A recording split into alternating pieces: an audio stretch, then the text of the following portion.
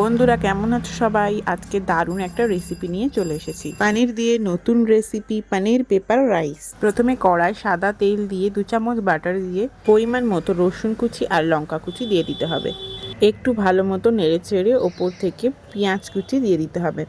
পেঁয়াজগুলো ভালো মতো লাল লাল হয়ে গেলে আগে থেকে কেটে রাখা ক্যাপসিকাম কুচি আর পরিমাণ মতো লবণ দিয়ে ভালো মতো নাড়াচাড়া করে ভেজে নিতে হবে। এবার ওপর থেকে একটু গোলমরিচের গুঁড়ো দিয়ে কিছুক্ষণ নেড়ে চেড়ে ছোট ছোট টুকরো করে কাটা পনিরগুলোকে দিয়ে দিতে হবে। এবার পনিরগুলোকে ভালো মতো ভেজে নেওয়ার পালা। যতক্ষণ না লাল লাল হচ্ছে ভেজে নিন ভালো মতো। দেখতেই পাচ্ছেন পনির পুরো লাল লাল হয়ে গিয়েছে। এবার আমরা ওপর থেকে ভাতগুলো দিয়ে দেবো। ভাতটা মা আগে থেকেই করে নিয়েছিল। এখানে আমরা বাড়িতে যে চাল খাই সেটাই ইউজ করা হয়েছে। আপনারা পারলে বাসমতি রাইস ইউজ করতে পারেন। এবার ওপর থেকে পরিমাণ মতো লবণ দিয়ে ভালো মতো নেড়ে চেড়ে আর ওপর থেকে 2 চামচ মাখন দিয়ে তৈরি করে নিন আজকের রেসিপি।